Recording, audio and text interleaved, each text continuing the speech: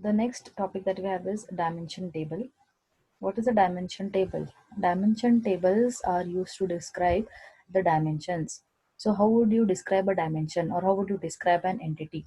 With the help of attributes, with the help of the keys, and with the help of values. For example, the time dimension, like consider the time here to be an entity. So to describe it, the attributes that are required are hour, day, week, month, quarter, and year.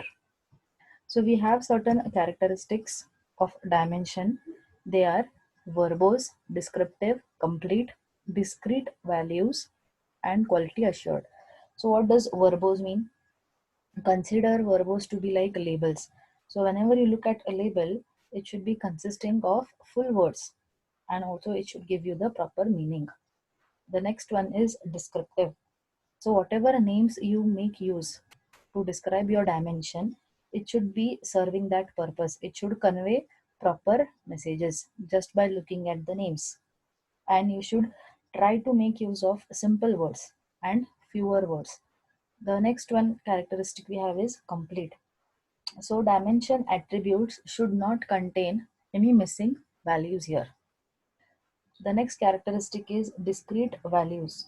So dimension attributes should contain only one value. It should per row. In discrete values, we mean that every attribute should contain only one value per row. The next characteristic is quality assured. So here we should ensure that the attributes that describe our dimension should not be misspelled, should not have any wrong names, should not have some impossible values. Next we have is dimension hierarchies. Let us read the definition. It is a cascaded series of many to one relationships and consists of different levels.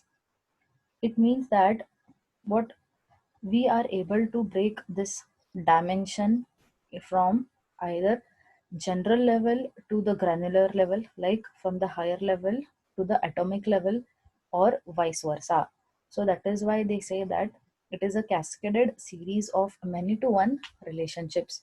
We should be able to identify and establish a relationship between these dimension or entities, either from the higher level to the lower level, like go on breaking the relationships in as much as in detail possible. A dimension hierarchy may also be described as a set of parent-child relationships between attributes present within a dimension. Examples. So daily sales, you can combine the daily sales and roll up to weekly sales, which could further roll up to monthly sales, and this monthly sale could be combined and rolled up to quarterly sales, which can again be rolled up to yearly sales. So here we are going from the atomic level to the higher level. The different types of dimension tables are degenerate dimension, slowly changing dimension, rapidly changing dimension, role playing dimension, and junk dimension.